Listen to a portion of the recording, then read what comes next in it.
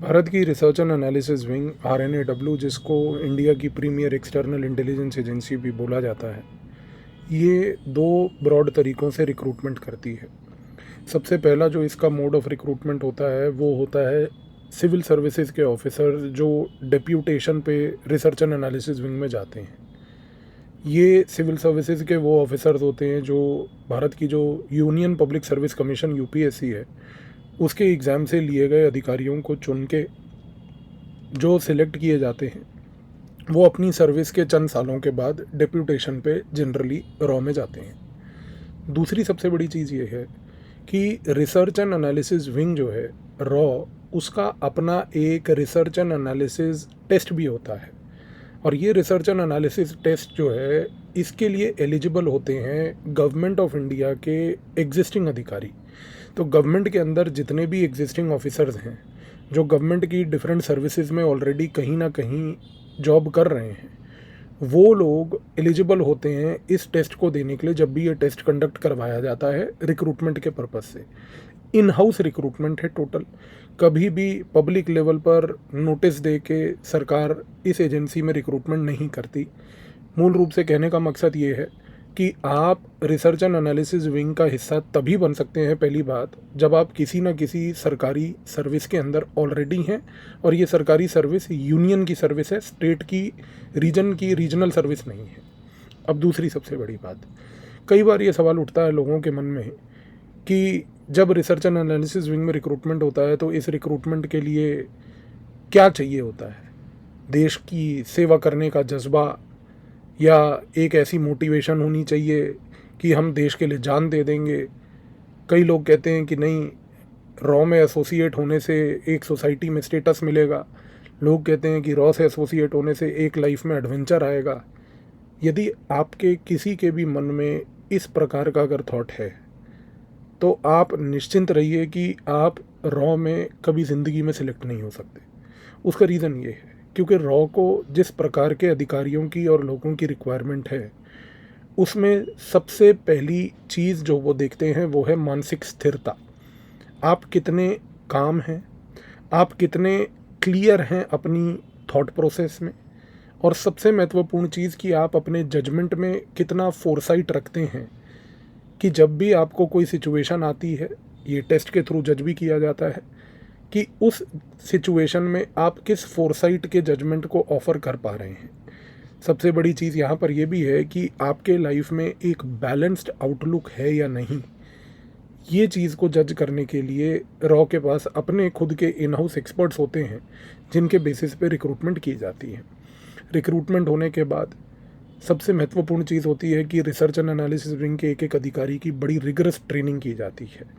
Training दो प्रकार की है, एक होती है फिज़िकल ट्रेनिंग और एक होती है इंटेलेक्चुअल ट्रेनिंग। इंटेलेक्चुअल ट्रेनिंग की यदि अगर हम बात करें सबसे पहले, तो रिसर्च एंड एनालिसिस विंग के एक एक अधिकारी को, मैं ध्यान दीजिएगा एक शब्द का प्रयोग कर रहा हूँ, अधिकारी। रॉ के अंदर चपड़ासी लेवल के कर्मचारी भी होते हैं। इन चपड़ासी कर्मचारियों की रिक्रूटमेंट अलग तरीके से होती है और ये जीवन भर चपड़ासी या कर्मचारी ही रहते हैं। इनको किसी भी सीक्रेट वर्ल्ड ऑफ इंटेलिजेंस के अंदर कोई बहुत बड़ा दर्जा नहीं मिलता है और ना ही इनको कुछ सीक्रेट इंटेलिजेंस वर्ल्ड की एक्सेस मिलती है किसी भी प्रकार की चीज़ की। तो ये जो एक लोअर लेवल का वर्ग है, ये लोअर लेवल का वर्ग रिक्रूट तो होता है, जीवन भर लोअर लेवल पे ही रहता है। इसको किसी प्रकार का कोई इंटेलिजेंस का एक्सेस नहीं होता, ना ही ये कोवर्ट ऑपरेशंस या किसी प्रकार की इन ऑपरेशंस को रन करने के लिए इनको कभी प्रयोग किया जाता है। मैं जिन लोगों की बात कर रहा हूँ यहाँ पर आज की डेट में, वो हैं अधिकारी वर्ग के लोग, जिनको पॉलिसी मेकिंग से लेके, डिसीजन मेकिंग से लेके, लीडरशिप से लेके कोवर्ट ऑपरेशंस का जिम्मा सौंपा जाता है। सबसे बड़ी चीज़ ये देखिए कि इन अधिकारियों की ट्रेनिंग, जो मैंने आपको बताया कि दो प्रकार की होती है, इंटेलेक्चुअल प्लस साथ में एक rigorous physical training. Intellectual training में जनरली एक एक अधिकारी को बहुत ही गहराई से, बहुत ही डिटेल्ड तरीके से पूरे विश्व के इतिहास को पढ़ाया जाता है। विश्व के इतिहास के साथ साथ जियोपॉलिटिकल एनालिसिस करने का एक तरीका सिखाया जाता है, जिससे कि जियोपॉलिटिकल इवेंट्स को आप सिर्फ केवल समझें ना, बल्कि समझने के साथ साथ आप में एक ऐसी क्षमता पैदा करने की कोशिश की जाती है कि इन जियोपॉलिटिकल इवेंट्स का आपका ऑब्जर्वेशन इतना सटीक होना चाहिए कि कुछ ऐसा जियोपॉलिटिकल क्राइसिस जो अनफोल्ड होने वाला हो उसकी प्रिडिक्टिव एनालिसिस की कैपेबिलिटी भी आप में डेवलप हो। तो ये एक बड़ा महत्वपूर्ण पॉइंट होता है, जो कि खैर बोलना मेरे लिए बड़ा आसान है, यहाँ पर जो आप सुन भी रहे हैं उनके लिए भी सुनना आसान है, लेकिन एक ट्रेनिंग के पर्सपेक्टिव से एक लंबा प्रोसेस है जिसमें ये ट्रेनिंग दी जाती है। कई लोग इसमें सक्षम रहते हैं, कई लोगों का अपना एक एनालिटिकल माइंडसेट होता है जिसके फ्यूजन से इस स्किल को सीखने के बाद लोग over a period of time ये प्रेडिक्टिव एनालिसिस की कैपेबिलिटी भी प्राप्त करते हैं। इसके साथ साथ सबसे बड़ी चीज़ ये है कि आपको इंटेलिजेंस वर्ल्ड के अंदर जिस प्रकार की रिक्वायरमेंट्स होती हैं, अगर मैं आपको एक सबसे महत्वपूर्ण चीज़ बताऊं तो आपके माइंड को बहुत शार्प होना होता है। शार्प माइंड इसलिए आवश्यक है क्योंकि जब आप किसी इंटेलिजेंस ऑपरेशन के लिए भेजे जाते हैं तो आप कभी ट्रेडर होंगे, आप कभी जर्नलिस्ट होंगे, आप हो सकता है कि कभी कोई पर्सनैलिटी जो कि कल्चर से जुड़ी हो वो होंगे, या फिर हो सकता है आप बिजनेसमैन होंगे। आपको किसी भी भेष में भेजा जा सकता है। अगर आपका माइंड शार्प है, और ये शार्पनेस ऑफ माइंड मैं फिर एक ऐसी चीज़ बताऊंगा कि जो चीज़ ट्रेन नहीं की जा सकती, ये आपकी अपब्रिंगिंग का हिस्सा है। आप अगर अपब्रिंगिंग से ही शार्प रहे हैं तो ये स्किल आपके अंदर इम्बाइब्ड है। ये दिया नहीं जा सकता कि एक 35 साल के व्यक्ति को या 40 साल के व्यक्ति को सिखाया जाए कि आओ तुम्हें माइंड शार्प करना सिखाएं, क्योंकि ये छुरी नहीं है जिसको हम साइकिल पे लगा के एकदम जो है उसकी धार तेज कर लें। शार्प माइंड की आवश्यकता इस कारण से होती है क्योंकि जो भी भेष आपको धारण करना होता है, उस रूप को और उस भेष को धारण करने के लिए आपको एक नेचुरल एक्टर बनना है, और वो एक्टिंग इस प्रकार की करनी है कि वो जो आपके ऊपर एक प्रोफाइल बनाया गया है वो आपके लिए एक बड़ा नेचुरल प्रोफाइल है। तो ये एक बड़ी इंपॉर्टेंट ट्रेनिंग का कंपोनेंट रहता है। इसके साथ साथ जो रिगरस फिजिकल ट्रेनिंग होती है वो जनरली पैरामिलिट्री और मिलिट्री के अधिकारियों के द्वारा दी जाती है। इस पूरे ट्रेनिंग के प्रोसेस में आपको मार्शल आर्ट ट्रेनिंग ये सबसे महत्वपूर्ण दी जाती है, और सबसे इम्पॉर्टेंट कंपोनेंट इस ट्रेनिंग का फिजिकल लेवल पे रहता है आपकी टॉर्चर ट्रेनिंग, कि आपको एक सिवियर लेवल की फिज़िकल वायलेंस को डील करने के लिए आपकी बॉडी को मेंटली, आपके माइंड को मेंटली तैयार किया जाता है। क्योंकि खुदा न खास्ता कल किसी दूसरे हॉस्टाइल टेरिटरी में यदि आप कभी भी पकड़े जाते हैं तो उस केस में आपके अंदर की ट्रेनिंग उस समय काम आती है कि आप कितने स्ट्रांग हैं, कि इंटेंस लेवल का फिजिकल टॉर्चर भी अगर आप झेल लें उसके बाद भी आप अपने देश के सीक्रेट्स को डिस्क्लोज आउट नहीं करेंगे। इसके लिए इंटेलिजेंस वर्ल्ड के अंदर इटसेल्फ बहुत सारे अलग अलग प्रकार के केस स्टडीज़ हैं। मोसाद के एक बहुत फेमस स्पाई थे एली कोहेन, उनका एक बहुत बड़ा किस्सा हमेशा से कोट किया जाता है इंटेलिजेंस की फील्ड में, ये बताने के लिए कि किस तरीके से उस व्यक्ति को जब सीरियन इंटेलिजेंस ने इंटेरोगेट किया था उसके बावजूद भी वो बंदा कभी ब्रेक नहीं किया और उसने फांसी ले ली, लेकिन उसने अपने देश के बारे में कभी एक शब्द नहीं बोला। अपने केस ऑफिसर्स के बारे में, एनालिस्ट्स के बारे में उसने कोई डिस्क्लोजर कभी नहीं किया। तो वो मौत के ऊपर चला गया, लेकिन उसने कभी भी इस प्रकार से कोई हरकत देश के खिलाफ नहीं करी। तो ये एक ट्रेनिंग का बड़ा महत्वपूर्ण कंपोनेंट रहता है। रॉ के ट्रेनिंग में हाल ही के समय में कुछ बहुत बड़ी समस्याएं आ चुकी हैं। अगर हम देखें तो सबसे पहली समस्या है कि जो रॉ का ओवरऑल ऑब्जेक्टिव और गोल है, ये ओवरऑल ऑब्जेक्टिव और गोल आज की डेट में बहुत ज़्यादा ओवरलैप कर रहा है दूसरी संस्थाओं के साथ। इसमें अगर हम ध्यान दें तो सबसे पहला इम्पॉर्टेंट पॉइंट आता है काउंटर इंटेलिजेंस, काउंटर टेररिज्म का। जनरली ग्लोबल लेवल पे ये बात देखी गई है कि जो काउंटर टेररिज्म का रोल है, उस काउंटर टेररिज्म के रोल को करने के लिए आपकी मिलिट्री की इंटेलिजेंस और आपकी डोमेस्टिक इंटेलिजेंस की एजेंसीज़ ही जनरली कामयाब रहती हैं। यानी कि अगर हम भारत के कॉन्टेक्स्ट में बात करें तो भारत के अंदर काउंटर इंटेलिजेंस का काम मिलिट्री इंटेलिजेंस कर सकती है जो इंडियन आर्मी की है, इंटेलिजेंस ब्यूरो कर सकती है जो होम मिनिस्ट्री के अंडर है, नेशनल इन्वेस्टिगेशन एजेंसी एनआईए का एक इम्पॉर्टेंट काउंटर टेररिज्म का एक रोल है जो उसको दिया गया है शेड्यूल्ड ऑफेंसेस के तहत, एनआईए एक्ट के तहत। इसके साथ साथ स्टेट पुलिस लेवल पे स्पेशल टास्क फोर्स से लेकर स्पेशल सेल्स जो हैं वो काम कर सकते हैं। लेकिन प्रॉब्लम क्या है, आज की डेट में भारत की रिसर्च एंड एनालिसिस विंग खुद भी एक काउंटर टेररिज्म का बहुत बड़ा रोल प्ले करती है। ये प्रॉब्लम इसलिए है क्योंकि अगर ये काउंटर टेररिज्म का रोल रॉ प्ले कर रही है तो ये रोल की वजह से रॉ का जो कोर कॉम्पिटेंस है वो अफेक्ट हो रहा है। उसका जो कोर कॉम्पिटेंस है वो है दो प्रकार की चीज़ों को करना, कि फॉरेन लेवल से इंटेलिजेंस को गैदर करना, जिसके लिए उसको टेक्नोलॉजिकल इंटेलिजेंस टेकेंड से लेके उसको ह्यूमेंट यानी कि ह्यूमन इंटेलिजेंस को भरपूर मात्रा में स्ट्रेंथन करना है, और दूसरा उसको इस इंटेलिजेंस को प्रोसेसिंग करने की कैपेबिलिटी को डेवलप करना है। जब वो काउंटर टेररिज्म का काम करती है तो उसका जो core competence of intelligence gathering है और उसका जो कोर कॉम्पिटेंस है जो इंटेलिजेंस को लेके एनालाइज करके उसको प्रोसेस करने का, वो अफेक्ट होता है। दूसरी सबसे बड़ी चीज़, भारत को आज एक चीज़ ये समझ आ रही है, और भारत की रिसर्च एंड एनालिसिस विंग के अंदर एक ये प्रॉब्लम जो है बड़ी सरफेस लेवल पे दिख रही है, कि बहुत सारे अधिकारी जितने हैं वो आज लैंग्वेज एक्सपर्ट्स नहीं हैं। देखिए, क्योंकि रॉ एक एक्सटर्नल इंटेलिजेंस एजेंसी है, इस कॉन्टेक्स्ट में ये देखा जाना ज़रूरी है कि होस्टाइल टेरिटरी में जब कोई ऑफिसर पोस्ट किया जाता है तो उसका सबसे पहला काम होता है वहाँ पर एसेट नर्चरिंग करना। एसेट नर्चरिंग के लिए जो ह्यूमन इंटेलिजेंस एसेट नर्चरिंग होती है वो पॉसिबल तभी होगी जब आज की डेट में ऑफिसर्स के पास इम्पेकेबल लेवल का लैंग्वेज स्किल होगा। प्रॉब्लम ये है कि इस केस में रॉ के ऑफिसर्स और पूरी रॉ आज की डेट में दो भागों में बटी हुई है। एक वर्ग है जो ये बात को एक्सेप्ट करता है कि लैंग्वेज एक प्रॉब्लम बन चुका है रॉ के लिए। हमारे रॉ के अंदर लैंग्वेज एक्सपर्ट्स उस लेवल के अभी तक नहीं ट्रेन हुए हैं। फॉर एग्जांपल, आज की डेट में रॉ के पास चाइनीज़ लैंग्वेज को लेके बहुत बड़ी समस्या है। हमारे पास चाइनीज़ लैंग्वेज ट्रेंड एक्सपर्ट्स जो कि होस्टाइल टेरिटरी में भेजे जाएं, होस्टाइल टेरिटरी में रह के वहाँ पर चाइना के लिसनिंग पोस्ट से लेके चाइना के प्रो वाली जितनी कंट्रीज़ हैं वहाँ पर रह के वो इंटेलिजेंस गैदरिंग करें, वो नहीं है। दूसरा एक वर्ग है, दूसरा वर्ग है जो ये कहता है कि ठीक है, अगर हमारे रॉ के पास मान लीजिए कि लैंग्वेज एक्सपर्ट्स नहीं है तो हमारे पास लैंग्वेज इंटरप्रेटर्स हैं। भाई, मार्केट से आप लैंग्वेज इंटरप्रेटर हायर कर लो जो आपके लिए लैंग्वेज को इंटरप्रेट करके आपको गैदर करके इन्फॉर्मेशन दे देगा कि भाई देखिए ये चीज़ हो रही है वहाँ पे। समझिए यहाँ पर समस्या क्या है। एक लैंग्वेज इंटरप्रेटर रॉ का परमानेंट एम्प्लॉय नहीं होता।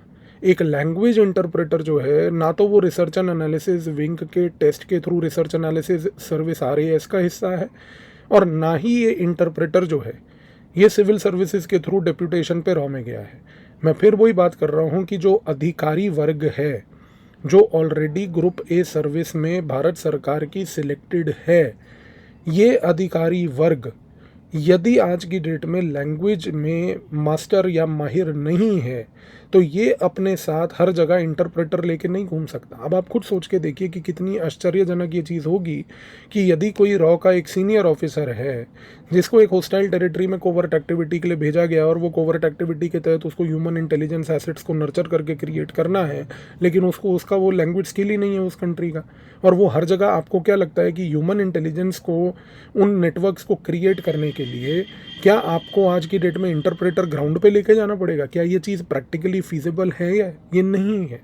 तो यहाँ पर ये जो रॉ के बीच में अंदर ऑफिशियल लेवल पे एक डिवीज़न है कि हमारे पास इंटरप्रेटर्स हैं तो हमें लैंग्वेज पे फोकस नहीं करना चाहिए, और जो दूसरे वर्ग के लोग हैं जो इस बात पे अड़े हुए हैं कि किसी भी एक्सटर्नल इंटेलिजेंस एजेंसी का कोर कॉम्पिटेंस होता है फॉरेन लैंग्वेज, और यदि अगर हमारे पास वो फॉरेन लैंग्वेज में एक ब्लाइंड है, एक ब्लैंक स्पॉट है, तो ये प्रॉब्लम है।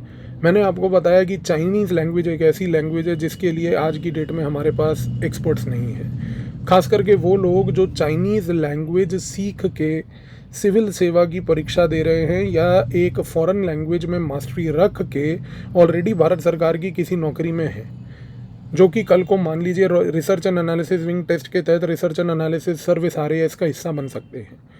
दूसरी बात, चाइनीज़ लैंग्वेज के साथ साथ बर्मीज़ लैंग्वेज एक बहुत बड़ा डार्क हमारे लिए एरिया है। इसके साथ साथ पाकिस्तान की जितनी माइनर लैंग्वेजेस हैं, छोटी लैंग्वेजेस हैं, वो हमारे लिए, खास करके Saraiki language for that matter, tribal areas के अंदर जो ट्राइबल पॉकेट्स में लोकल ट्राइबल कोडेड लैंग्वेज है, बलूची लैंग्वेज के एक्सपर्ट्स हमारे पास उस भारी मात्रा में अभी तक नहीं है।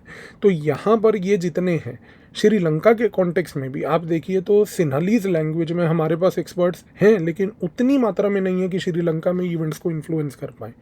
तो यहाँ पर चीज़ को समझिए, रॉ के अंदर लैंग्वेज आज की डेट में एक बहुत बहुत बड़ा एक चैलेंज बन चुका है। समस्या ये है कि क्योंकि मैन पावर ऑलरेडी हमारे पास शॉर्ट है, और हमारा कंट्री का ऑपरेशनल प्रोफाइल इतना बढ़ चुका है कि इस मोमेंट पे एक ब्रिज कोर्स जो रॉ में दिया जा रहा है, जो जनरली 6 महीने का होता है, कि जिसमें लैंग्वेज के बेसिक्स को ब्रश अप करके आपको जो है फील्ड पे भेज दिया जाता है, इससे आज की डेट में ह्यूमन इंटेलिजेंस पे बहुत ज़्यादा क्रेडिबल इम्पैक्ट आ रहा है। तो ये चीज़ को समझिए कि अगर मान लीजिए लॉन्ग रन में आप में से कोई भी एक ऐसा व्यक्ति यहाँ पर जो इस वीडियो को सुन रहा है, मान लीजिए कल को एक ऐसे करियर को एस्पायर करता है कि वो इस एजेंसी को ज्वाइन करना चाहता है, और मान लीजिए उस एजेंसी को अगर ज्वाइन करना है तो उसके 2 तरीके मैंने आपको ऑलरेडी बता दिए। आपका एक एज ज़रूर ये हो जाएगा यदि आप एक फ़ॉरेन लैंग्वेज सीख कर जाएं, क्योंकि ये फ़ॉरेन लैंग्वेज सीख कर जाना, कल को अगर आपको मान लीजिए इस इंटेलिजेंस एजेंसी के साथ जुड़ना है तो वो आपके लिए एक एडेड एडवांटेज होगा, आपके करियर के लिए अच्छा होगा। Last but not the least, आज की डेट में रॉ के अंदर एक समस्या और है। समस्या ये है कि एक अधिकारी आता है, डेपुटेशन पे आता है, या एक अधिकारी रिसर्च एंड एनालिसिस टेस्ट देकर रॉ का हिस्सा बनता है। एक ऑफिसर्स का जनरल प्रोफाइल ये देखा गया है कि ये ऑफिसर्स जब रॉ के अंदर घुसते हैं उस समय इनकी एज होती है 33 से 35 साल। ट्रेनिंग के बाद ये 37-38 साल के होते हैं, कई बार 40 भी हो जाता है, पर हम 37 से 40 ईयर्स का एक एज ग्रुप लेके चलते हैं। 2 चैलेंजेस हैं। पहला, एक 37 साल से 40 साल के व्यक्ति को फॉरेन लैंग्वेज सिखाना एक बहुत बड़ा टास्क है, क्योंकि उस टाइम तक माइंड इतना रिजिड और डेवलप हो चुका होता है कि वो नई चीज़ों को रेजिस्ट करता है। दूसरा, ये व्यक्ति जो 37 या 40 साल की उम्र में अपनी पहली पोजीशन लेता है एम्बेसीज के अंदर, जनरली जब इनको बाहर भेजा जाता है तो फर्स्ट सेक्रेटरी की रैंक पे इनको भेजा जाता है, तो जब ये अपनी पहली पोजीशंस लेते हैं उस समय ये फील्ड ऑपरेटिव्स रहते हैं। अगले कई साल, कम से कम 1 से 1.5 दशक तक ये लोग फील्ड का एक्टिविटी का काम करते हैं। इसी 1 से 1.5 दशक के काम में जब ये फील्ड एक्टिविटी करते हैं, इनके ट्रांसफ़र्स भी होते रहते हैं। आप फील्ड एक्टिविटी से कभी हेडक्वार्टर्स आ जाओगे, हेडक्वार्टर्स में आप एनालिसिस करोगे, एनालिसिस के बाद आपको वापस फील्ड ऑफिस भेज दिया जाएगा, एट्सेट्रा। 1 से 1.5 दशक तक, यानी कि 10 से 12-15 साल अगले आपके जीवन के, आप इस इंटरचेंजेबल पोजीशंस में काम करते रहते हो। लेकिन समस्या कब आती है? समस्या आती है 13, 14, 15 साल के बाद। 13, 14, 15 साल के बाद जब आप जॉइंट सेक्रेटरी या एडिशनल सेक्रेटरी रैंक तक पहुंच जाते हो, उस समय आपका एक ट्रांसफॉर्मेशन हो जाता है एक ऑपरेटिव, एक एनालिस्ट से अब एक मैनेजीरियल लेवल पे। इस मैनेजीरियल लेवल पे जब आप रॉ के अंदर पहुंचते हो एज अ जॉइंट सेक्रेटरी, किसी डेस्क को यदि आप हैंडल कर रहे हो वहाँ पे, कि मान लीजिए वो पाकिस्तान, अफगानिस्तान, ईरान डेस्क है, या साउथ एशिया का डेस्क है, या मान लीजिए अफ्रीका का डेस्क है, या कोई भी डेस्क हो, आप उस समय उस जॉइंट सेक्रेटरी होने के टाइम पे, आप उस डेस्क को हैंडल करने के टाइम पे, अब आप एक ऑपरेटिव नहीं, अब आप एक मैनेजर, अब आप एक लीडर हो। प्रॉब्लम रॉ में ये है कि इन सीनियर अधिकारियों के कॉन्टेक्स्ट में जब ये ऑपरेशंस और एनालिस्ट से ट्रांसफॉर्म होके बनते हैं मैनेजर्स एंड लीडर्स, इनको किसी प्रकार की मैनेजमेंट एंड लीडरशिप ट्रेनिंग नहीं दी जाती। और याद रखिए कि इन्हीं जॉइंट सेक्रेटरीज में से एडिशनल सेक्रेटरी, स्पेशल सेक्रेटरी पहुंचते पहुंचते बंदा जो है रिसर्च एंड एनालिसिस विंग का सेक्रेटरी, यानी कि रॉ का चीफ भी बनता है। इन्हीं में से एक व्यक्ति रॉ का चीफ बनता है। अब यही व्यक्ति को यदि मान लीजिए अगर हम दूसरी फॉरेन इंटेलिजेंस एजेंसीज देखें, तो जब उनके कॉन्टेक्स्ट में वो जॉइंट सेक्रेटरी लेवल के रैंक के बराबर के दर्जे पे जिस भी टर्म का वो प्रयोग करें वो पहुंचते हैं, तो वो अपने उस समय इंटेलिजेंस अधिकारियों को मैनेजीरियल और लीडरशिप ट्रेनिंग देते हैं, जो रॉ में आज की डेट में मिसिंग है। तो यदि रॉ आज की डेट में अगर इन एस्पेक्ट्स पे भी फोकस करे तो लॉन्ग रन में ये फ़ायदेमंद होगा। आखिर में जो यंग क्राउड है, मैंने फिर बोला, जो चाहते हैं कि किसी न किसी तरीके से वो भारत की रिसर्च एंड एनालिसिस विंग को ज्वाइन करें, 3 चीज़ों पे खास ध्यान दीजिएगा। पहला, एक मेंटल कॉन्स्ट्रक्ट जो मैंने आपको बताया कि 4 साइटेड जजमेंट, काम क्लियर माइंड, एक बैलेंस्ड आउटलुक रखना। दूसरा, एक फॉरेन लैंग्वेज हमेशा हमेशा आपको एज दिलवाएगी। तीसरी सबसे बड़ी चीज़, जब आप सिविल सर्विसेज या किसी ग्रुप ए सर्विस का हिस्सा बन के इवेंचुअली ज्वाइन करते हैं और ज्वाइन करने की कोशिश करते हैं, उस समय फॉरेन लैंग्वेज के साथ साथ यदि आपके पास कोई मैनेजमेंट या लीडरशिप वाली कोई डिग्री या कोई सर्टिफिकेशन है, आपके करियर में ये 4 चांद लगा देगा। इन चीज़ों के अमेलगमेशन से आप रॉ के एक बहुत ही शानदार और इस देश के लिए एक बहुत ही बड़े एसेट बनेंगे। धन्यवाद।